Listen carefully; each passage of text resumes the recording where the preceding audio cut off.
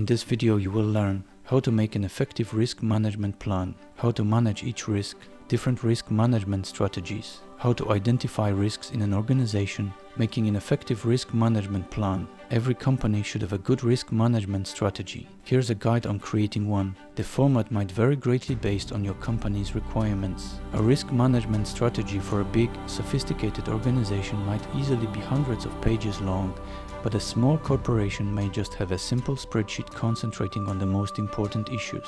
However, there are a few aspects that must be included in every risk management strategy. They are as follows: a list of specific risks, a risk rating based on probability and effect, an evaluation of existing controls, an action plan. Let's examine each of them individually. Here's an example. Risk probability impact risk score. Important client ABC Corp is paying its bills late. 24-hour power loss. Poor Stacy exits the company. Our main products price undercut by an upcoming competitor. Bad product review by a popular magazine or website. Your detailed plan will have many more elements, but this example demonstrates the structure. So, to finish this risk management plan, we only have to annex a couple more columns to the table. The first column evaluates current controls. What are you presently doing to manage every risk you've identified, and how successful is it? Take, for example, the first item in our table. Important customer ABC Corp is late in paying its payments. Perhaps you are already mitigating that risk by sending out automatic reminders when an invoice is approaching its due date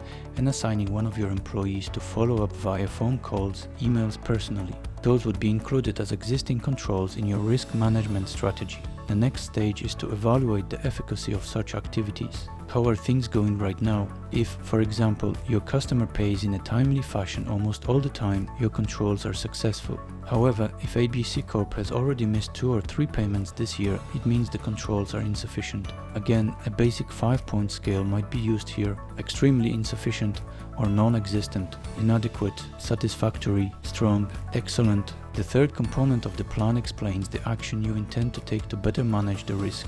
What might you do to either lower the possibility of that catastrophe occurring or to mitigate its effect if it does occur?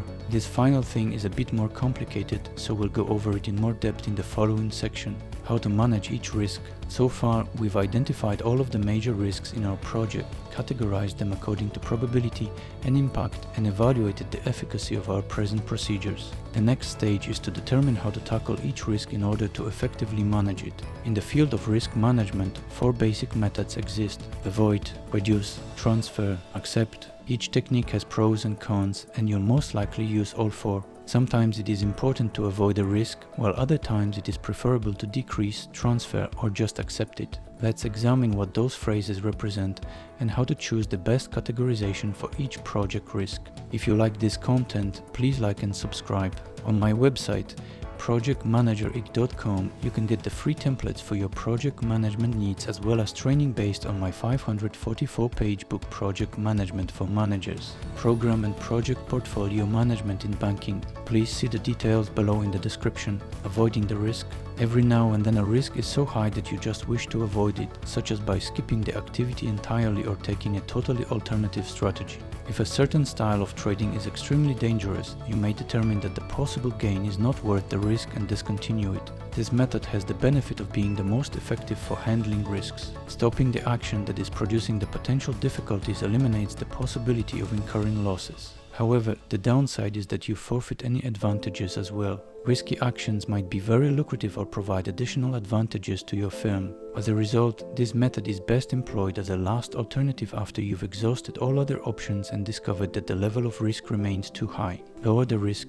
If you don't want to give up the activity entirely, one popular solution is to lessen the risk connected with it. Take actions to reduce the likelihood of a bad result occurring or to lessen the effect of a negative event occurring. In our previous scenario, important client ABC Corp is paying its bills late. We may lessen the chance by providing the client with an incentive to pay its invoices on time. Perhaps a 10% discount if they make the payment early and a penalty if they pay late. Dealing with late paying clients may be difficult, but here are some solutions. In the same case, we may mitigate the damage by arranging for a temporary credit line. In that manner, even if the customer does not pay on time, we will not run out of funds. This is most likely the most popular method, and it is applicable to a broad variety of hazards. It allows you to continue the activity while putting safeguards in place, making it less risky. When done correctly, your project will go on even with negative events. However, there is the risk of your controls being inadequate and you wind up experiencing the loss you dreaded. Transferring the risk. We are all acquainted with the notion of insurance in our daily lives. It holds true in business too. An insurance agreement is essentially a risk transfer from one entity to another in exchange for a payment. If you have a house, for example, you face a high risk of loss due to fire, burglary and other causes. So you may get house insurance and shift the risk to the insurance provider. If something goes awry, the insurance company absorbs the loss and you pay a premium in exchange for peace of mind. When you operate a business, you may also shift most of the risks to an insurance provider. You may protect yourself against lawsuits by insuring your property and cars, as well as purchasing several forms of liability insurance. Given that you can locate inexpensive coverage, it's a smart alternative for managing risks with a huge potential effect. Accepting the risk management, as we've seen, has a cost. Avoiding a risk implies limiting your company's actions and maybe losing out on rewards. Risk reduction might need the installation of expensive new technologies as well as the implementation of time-consuming procedures and controls. Furthermore, transferring risks has a cost, such as an insurance premium. As a result, in the event of minimal risks, it might be wiser to just accept them. It makes little sense to invest in an entire new suite of pricey tools to minimize a risk with little effect anyhow. For risks with a low effect and probability score, try for an affordable and simple solution. If you can't find one, it may be worth just accepting the risk.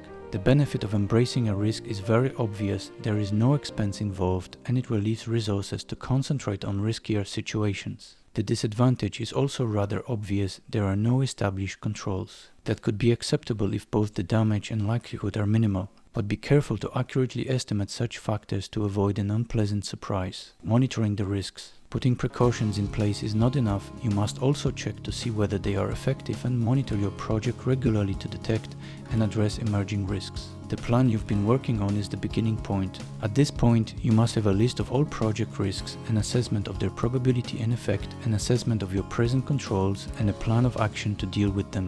The risk with such a document is that you might invest a lot of time creating it but never bother to update it. A solid risk management plan should be a live document that is continually referred to and revised to reflect new conditions, emerging risks, and the efficacy of your risk management strategy. First and foremost, each activity you identify should have a completion date and a primary point of contact. Take for instance our late paying customer in the example earlier. We may determine that George, our salesman, would be in charge of renegotiating payment conditions with XYZ Corp.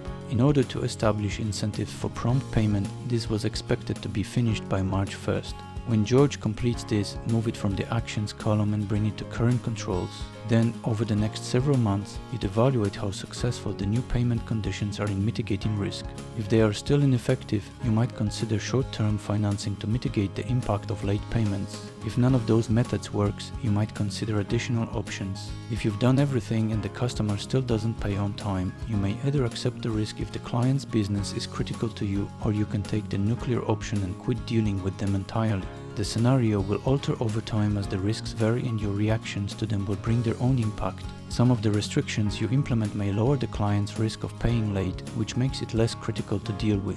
Alternatively, you could take on numerous other customers that XYZ Corp represents a lesser part of your income, reducing the effect of late payment. All of this must be considered. There is no absolute rule for how often you should update the risk management plan. Large corporations have whole departments devoted to constant risk management, but the resources available to small businesses are likely to be more constrained. The key is to commit to updating your strategy on a regular basis, whether that's monthly, quarterly, or even yearly. One of the finest techniques is to make tiny modifications to specific things as they arise, and then do a more full document review less frequently, but still on a regular basis. The thorough assessment would entail revisiting the procedures covered in previous sections, brainstorming regarding every risk your organization faces, adding new things to the list, as well as rating them in order of significance. Then repeat the process with your current risks, documenting any changes. Use these different risk management strategies. It's critical to understand that there are numerous risk management techniques, each with unique advantages and applications. The following are 10 different types of strategies. 1. Business experiments. Run what-if scenarios using this strategy of risk management to evaluate various outcomes for potential threats. Many functional groups, such as IT and marketing teams, are experienced in running business experiments. Experiments are also conducted by financial teams to evaluate financial metrics or return on investments. 2. Theory validation. Theory validation includes questionnaires and group surveys to get input based on experience. If a fresh product, service is being produced or improved, it stands to reason to obtain direct, fast, and useful feedback from end customers to help with managing possible issues and design faults, thus managing risks better. 3. Development of a minimum viable product. Creating complicated systems with attractive features isn't always the best option. A solid risk management approach emphasizes developing software with basic modules and functionalities which are relevant and valuable to the majority of their consumers. This is referred to as a minimum viable product. It aids in project scope management, reduces financial load, and allows businesses to go to market quicker. 4. Identifying and isolating risks. The teams are accustomed to enlisting internal or external assistance to identify security holes or defective procedures that may expose vulnerabilities. As a result, instead of waiting for a nefarious and expensive breach to occur, they are proactive in detecting security threats ahead of an incident. 5. Including buffers. Whatever the kind of project managers understand the need of planning ahead of time. Buffers mitigate risks by ensuring that the project remains within its planned scope. Buffers might be financial, resource-based, or time-based, depending on the project. The objective here is to ensure that there are no unanticipated risks. 6. Data analysis. Data collection and analysis are critical components in analyzing and managing different risks. For example, qualitative risk analysis may assist in identifying possible project risks. A detailed qualitative risk analysis assists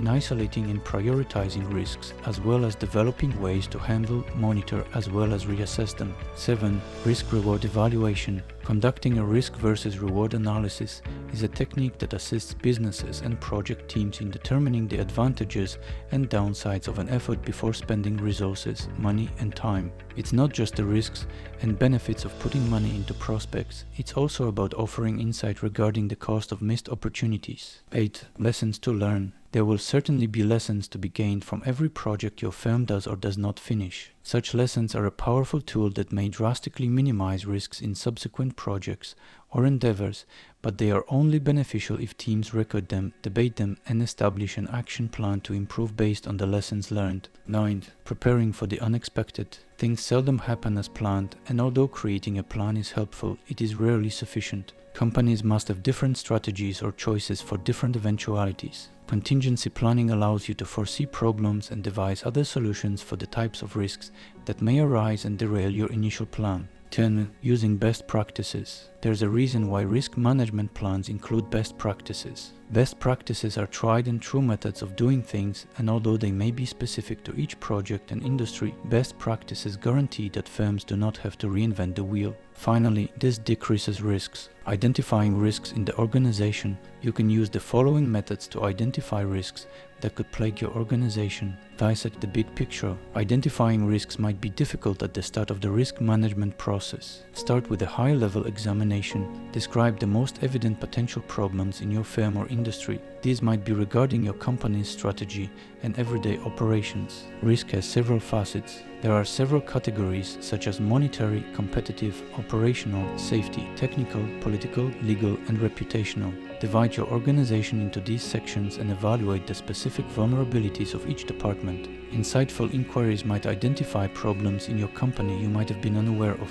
Is your manufacturing method, for example, completely safe? Is every worker appropriately trained? If you lose your most important customer, what are the consequences? Would you know what to do if a severe event happened and who to blame? If you can't answer a question like this, it signals a risk that has to be properly addressed. Expect the worst. What's the worst thing that may happen to your company? What would the chain of events look like if everything went wrong one day? While being too pessimistic isn't the ideal approach to manage a firm, it may be quite useful in detecting risks. At this point, it's critical to prevent overconfidence and the belief that something cannot or will not occur. All of your assumptions regarding potential risks should be challenged, and you should be prepared to face each one or all of them. Do a consultation with an expert. You probably already have ties with a number of professionals who can assist you in identifying risks. Examples include your accountant, insurance broker, or financial advisor. Because insurance brokers are familiar with your claim history, they may give insight into patterns. If you have many instances of the same sort of loss, it indicates that a risk is being mismanaged. Brokers may also assist you in assessing your company risks and proposing insurance coverage to protect you in the event that they arise. In the event they cannot offer this evaluation service, they will most likely be able to suggest a reputable consultant who does. Likewise, financial consultants and accountants will be aware of the sorts of payments you make on a regular basis. They may also provide financial advice and uncover financial risks within the firm. Perform internal research. You may do internal research to uncover risks throughout the company if you handle the claims you have made and losses you have incurred or have subordinates that deal directly with them. Simple observation may allow you to identify instances where matters aren't being handled appropriately. A typically large prices in one area may also indicate an unavoidable danger. The fundamental causes of occurrences may be identified through data and trend analysis. Incidents as well as close encounters are important indications of issue areas that the risk manager must address. Undertake external research. Each industry experiences its own patterns and events. Unless you're a fresh new firm in a new industry, people with more experience may teach you a lot about spotting risks. Professional groups could give expert advice on the risks that are common in companies like yours. They might have access to industry studies or reports dealing with trends that identify prevalent risks. You may also keep an eye on your rivals or firms that are comparable to yours. Any damages, risk management accomplishments, public announcements, or perhaps even legal precedents might assist you in identifying similar risks in your firm. Get frequent feedback from employees. Everyone, from frontline employees to the CEO, will have a unique perspective on the business and the risks each one of them faces while executing their duties. Employees are therefore one of the most useful tools for recognizing dangers. All workers, particularly important stakeholders, could have some perspective on dangers encountered in day-to-day company activities that you might not have contemplated otherwise. Employee input may be solicited anonymously, or it could be done in a private interview or a group discussion. Anonymous incident reporting could enhance the possibility of response from workers who are afraid of penalties for speaking out, but group conversations may encourage brainstorming and result in a greater number of recognized risks. Examine customer concerns. Just as questioning workers may be beneficial, asking consumers can also aid in risk detection. What are the most common complaints or difficulties reported by customers? If numerous individuals are unhappy about the same thing, there is probably a risk involved. This method is especially beneficial for businesses that have a physical location like a storefront. However, even purely digital clients may give significant input that can aid in the identification and mitigation of reputational risks. Click on the video card on the right to understand project quality management. If you like this content, please like and subscribe. On my website, projectmanagerik.com, you can get the free templates for your project management needs as well as training based on my 544-page book Project Management for Managers. Program and project portfolio management in banking translated into 9 languages and counting. Please see the details below in the description and where to buy my book and what is the best program and project management software, PPM.